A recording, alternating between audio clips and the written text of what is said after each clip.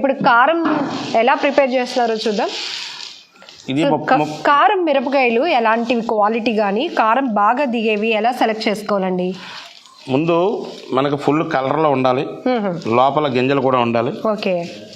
Full dry quality ఉండాలండి. Main dry quality ఉంటే కారం ఎక్కువ రోజులు నిల్వ ఉంటుంది. ఓకే. తర్వాత కేజీకి 300 గ్రాములు పసుపు వేసుకోవాలి. కేజీ కొలతకు చెప్తున్నారు. కేజీ కొలతకు 300 గ్రాములు పసుపు వేసుకుని, పావు కేజీ ధనియాలు వేసుకుని, 50 గ్రాములు జీలకర్ర, 50 గ్రాములు ఆవాలు, 10 గ్రాములు మెంతులు, దాల్చిన చెక్క 10 గ్రాములు, ఉన్నవన్నీ 15 గ్రాములు వేసుకోవాలి. వెల్లుల్లిపాయలు 50 గ్రాములు వేసుకోవాలి.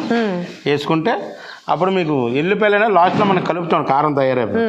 ఇలా అన్నీ వేసిన తర్వాత 3 సార్లు దీన్ని గ్రైండింగ్ పెడతాం. ఓకే అండి. 3 సార్లు గ్రైండింగ్ పెట్టాక అప్పుడు ఫినిషింగ్ వస్తుంది. ఓకే. ఫస్ట్ పసుపు వేస్తాం, మిరపకాయలు వేస్తాం, ధనియాలు వేస్తాం. ధనియాలు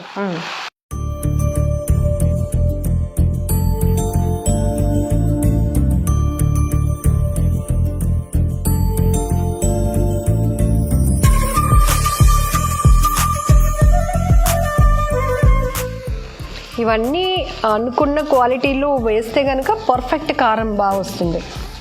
ఎవరు ఆడించుకున్నా ఆ ఫార్ములాలు ఆడించుకుంటే ఎవరికైనా బాగుంటుందండి. ఫార్ములా రివీల్ చేశారు, మీ సీక్రెట్.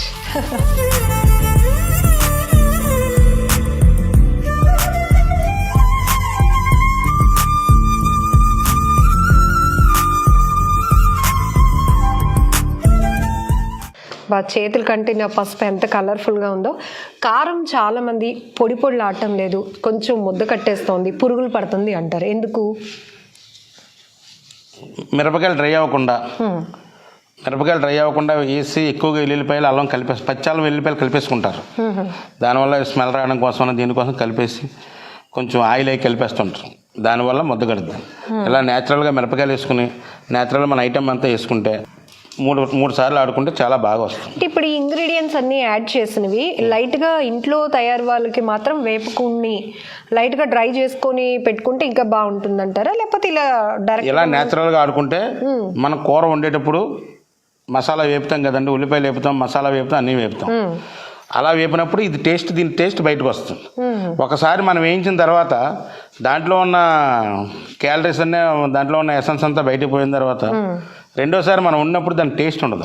ఓకే. అయితే ఇప్పుడు మనం ముందు వీటిని లైట్గా వేపకుండా చేసుకుంటేనే బెటర్, అప్పుడు కూరలో టేస్ట్ వస్తుంది అంటారు. ఓకే. వేపిన తర్వాత టేస్ట్ కారం టేస్ట్గా అదే వాసన బాగుంటుందండి. కూరలు అయితే చప్పగా ఉంటుందండి. కలర్ కూడా కొంచెం చేంజ్ అయిపోతుంది. న్యాచురల్గా ఇలాగ ఆడుకోవడం వల్ల ఇలాగ ఆడిన కారం మీకు సంవత్సర కాలం పాటు ఉంటుందండి. సో ఇప్పుడు ఆన్లైన్లో కూడా మీరు ప్రొవైడ్ చేస్తారా parcels? Online all over India ఇస్తున్నాం. All over India. ఓకే. చాలా వరకు కారం కొంత గరుకుగా వస్తుంది కదండి, కొంచెం పౌడర్స్ మనం బయట చూసేవి, వాటివి సంబంధించి మోటులు కూడా వాటితో ఆడిస్తారా, లేకపోతే మీరు మోటుకలు తీస్తాను, మోటుకలు స్టెమ్లెస్ చేసి ఆడిస్తాం. స్టెమ్లెస్ లేకుండానే.